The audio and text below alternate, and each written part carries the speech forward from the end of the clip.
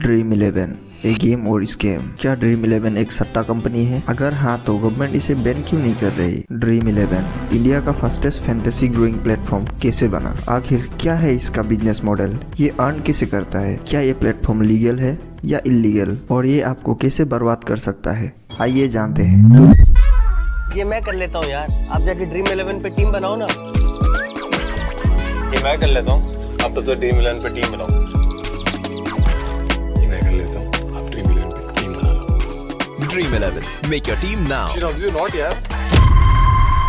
तो इसकी शुरुआत होती है सन 2008 में, जब हर्ष जैन अपनी इंजीनियरिंग की पढ़ाई पूरी करके वापस इंडिया लौटते हैं। उन्होंने देखा कि यूएस में फैंटेसी गेम्स की काफी क्रेज है और यहाँ इंडिया में ऐसा कोई प्लेटफॉर्म नहीं है। बस इसी सोच के साथ उन्होंने स्टार्ट किया और 2012 में इसे ऑफिशियली लॉन्च कर दिया। और देखते ही देखते 2014 में इसके पूरे 1 मिलियन यूजर हुए और 2016 में 2 मिलियन, लेकिन 2018 में यही 45 मिलियन यूजर हो जाते हैं। 2019 आते आते इनके पास 2000 करोड़ से ज्यादा की रेवेन्यू और ये इंडिया की पहली गेमिंग कंपनी है जिसको यूनिकॉर्न का स्टेटस मिला। तो इन सब बातों से आप समझ ही गए होंगे कि हमने इसे इंडिया के फास्टेस्ट ग्रोइंग प्लेटफॉर्म क्यों बोला। आखिर क्या है ड्रीम 11 का बिजनेस मॉडल? चलिए समझते हैं। ड्रीम 11 आपको बहुत सारे कॉन्टेस्ट खेलने का ऑफर देता है और यहाँ बहुत कम पैसों में भी एंट्री होती है। अब इसे एक एग्जाम्पल से समझते हैं। सपोज एक कॉन्टेस्ट है जिसका एंट्री फीस है 100 रुपए और 1 लाख टोटल एक्टिव प्लेयर्स हैं। अब अगर 1 लाख प्लेयर्स 100 रुपए देंगे तो टोटल पैसा होता है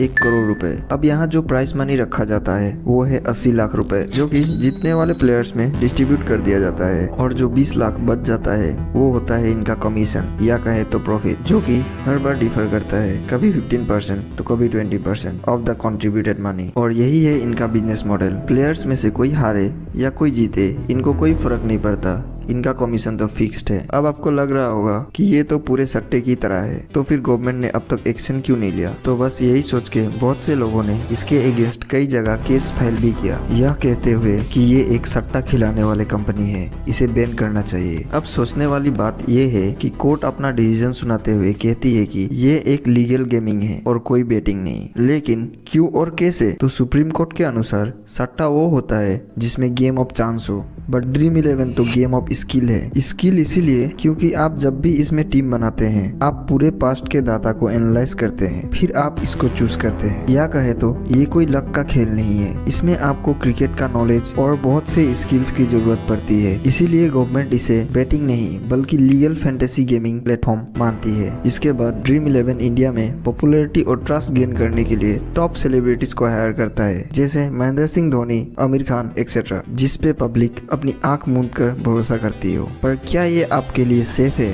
ड्रीम 11 एक हाईली एडिक्टिव प्लेटफॉर्म है। यह आपको अपनी आदत लगा देता है, यह आपकी ईगो से खेलता है। जब आप जीतते हैं आपको लगता है कि यहाँ जीतना पैसा कमाना आसान है और आप और ज्यादा खेलने लगते हैं। और वहीं दूसरी तरफ आप जब हारते हैं तो अपना पैसा रिकवर करने और अच्छे से परफॉर्म करने के होप में आप बहुत से मैचेस खेल देते हैं, जिसे आपको इसकी आदत पड़ जाती है। और इसका मेन मोटिव यही है, यह आपको एडिक्टिव बनाने के लिए ही लो प्राइस एंट्री भी रखता है as compare to other betting platforms. अगर आप नोटिस करें तो ड्रीम 11 अपनी एडवर्टाइजमेंट्स में खुद ही बताता है कि इसकी आपको आदत भी लग सकती है और आप फाइनेंशियली बर्बाद भी हो सकते हो। ऐसे बहुत से केसेस ऑलरेडी देखने को मिले हैं जिसमें लोग बड़े बड़े सेलिब्रिटीज को देखकर उनके बातों से इन्फ्लुएंस होके ड्रीम 11 जैसे प्लेटफॉर्म्स पे अपना पैसा लगा के बर्बाद हो चुके हैं। बहुत से लोग बिना किसी नॉलेज के इसलिए भी पैसा लगा देते हैं जस्ट बिकॉज उनका कोई आइडल क्रिकेटर या सेलिब्रिटी उसे प्रमोट कर रहा है। ऐसे स्टेप्स लेने से पहले आपको ये समझना जरूरी है कि यहाँ सब कुछ पेड होता है और ऐसे आंख मूंद कर किसी भी आइडल या सेलिब्रिटी के बातों पर भरोसा ना करें। अगर आपको वीडियो कुछ इन्फॉर्मेटिव लगा तो चैनल को सब्सक्राइब करें और लाइक करना ना भूलें।